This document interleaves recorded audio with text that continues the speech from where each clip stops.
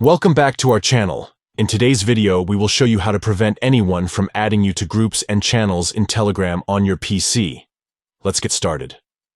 Step 1. Open the Telegram app on your PC and make sure you are logged in. Step 2. Look for the 3 lines icon located at the top left corner of the screen. Click on it to access the menu.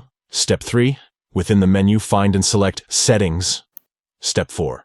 In the Settings menu, click on Privacy and Security. Step 5. Scroll down and click on Groups and Channels. Step 6. You will find the option Who can add me to groups and channels. Tap on the circle next to Nobody to turn it blue. Step 7. Finally, click on Save to apply the changes. Congratulations! You have successfully configured your Telegram settings to prevent anyone from adding you to groups and channels on your PC. By enabling this option, you can have full control over the groups and channels you join, ensuring a more personalized and focused experience. Thank you for watching. If you found this tutorial helpful, don't forget to give it a thumbs up and subscribe to our channel for more informative videos. Stay tuned for our next upload.